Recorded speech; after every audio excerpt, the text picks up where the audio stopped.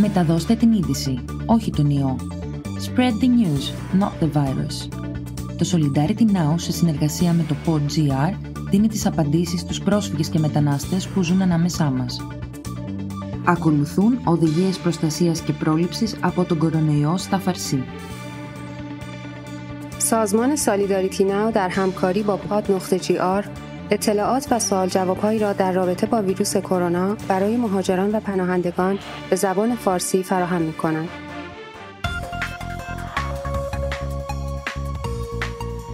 خبر را منتشر کنید، نه ویروس را. تهیه شده توسط سازمان سالیداریتی ناو. در نبرد با کاهش انتقال ویروس کرونا همه ما یک تیم هستیم. باید مطلع بمانیم، پرهیز کنیم، امن بمانیم و از اطرافیانمان حفاظت کنیم.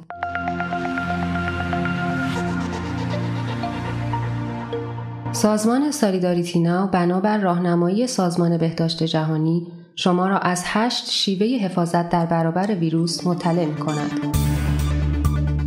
1. دست‌های خود را در فواصل کوتاه و کامل با آب و صابون و مایعات ضد عفونی کننده می‌شوییم. از دست زدن به دهان و بینی و چشم خود پرهیز کنید. 2. هنگام سرفه یا عطسه دهان و بینی خود را با دستمال کاغذی و یا با استفاده از آرنج می‌پوشانیم و به سرعت دست‌ها را می‌شوییم. 3. دستمال استفاده شده را فوراً در سطل زباله می‌اندازیم. 4. از تماس نزدیک با دیگران خودداری می‌کنیم، به طور خاص زمانی که علائم سرماخوردگی مثل سرفه، تب، آبریزش و یا گلو درد داریم. 5.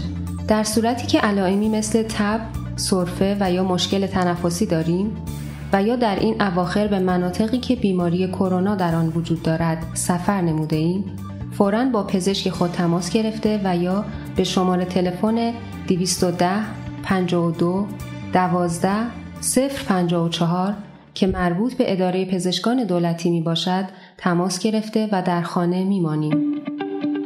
این شماره فقط برای افراد یونانی زبان می باشد.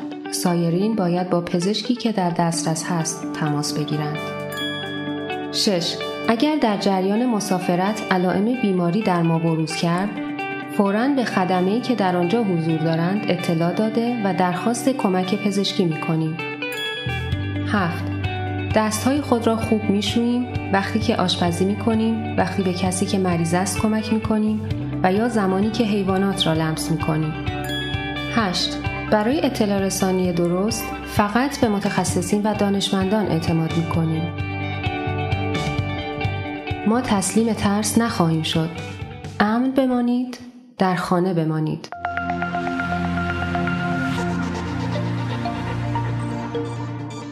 Ήταν το Frequently Asked Questions for Migrants, ένα podcast του Solidarity Now σε συνεργασία με το PodGR που δίνει χρήσιμες απαντήσεις σε πρόσφυγες και μετανάστες που ζουν στη χώρα μας.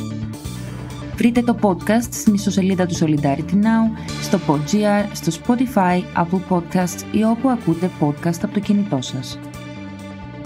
گزارشات رادیویی را می توانید بر روی سایت سالیداریتی پیدا کنید و یا بر روی pod.gr، اسپاتیفای، اپل پادکست و یا هر جایی که بر روی موبایل می توانید به گزارشات رادیویی گوش دهید.